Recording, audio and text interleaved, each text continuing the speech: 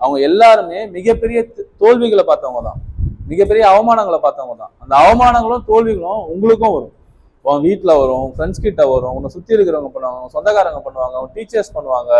அதை தாண்டி நிறைய இந்த பப்ளிக், இந்த சமூகம் வந்து எப்படி கட்டமைக்கப்பட்டிருக்குன்னா, உன்னை சார்ந்து உன்னை சுற்றி இருக்கிற எல்லாமே நான் மட்டும்தான் பெஸ்ட்டு, நீ ஃபெயிலியர், உனக்கு ஒன்றுமே வராது, உனக்கு ஒன்றுமே தெரியாது, நீ அந்த வீட்டில் பிறந்துட்டியா உனக்கு எதுவுமே கிடையாது, நீ அந்த ஊரில் இருக்கியா உனக்கு எதுவுமே கிடையாது, நீ எதுக்குமே லாய்க்கு இல்லை, ஓ நீ இந்த இடத்துல இருக்கியா அப்போ நீ அவ்வளோதான், அந்த பொண்ணு அந்த மாதிரி, அந்த பையன் அந்த மாதிரி அப்படின்னு நம்ம மேலே போட்டுக்கிட்டே தான் இருப்பாங்க.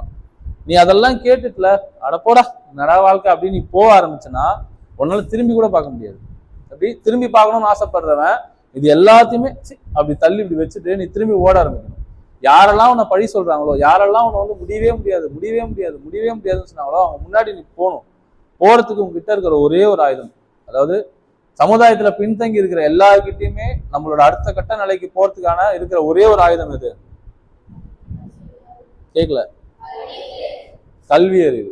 இந்த சமுதாயம் எப்பவுமே நம்ம கிட்ட கொடுக்கறது ஒன்னே ஒண்ணுதான், இந்த அறிவை நீ வச்சுக்கோ, உன் கையில கொடுத்துட்டேன், இதை நீ எப்படி பயன்படுத்துறேங்கிறது உன் கையில தான் இருக்கு. எனக்கு வேணுமா நான் நிறைய எடுத்துக்கிறேன், எனக்கு வேணாமா பரவாயில்ல, அப்படி வச்சு கீழே போய்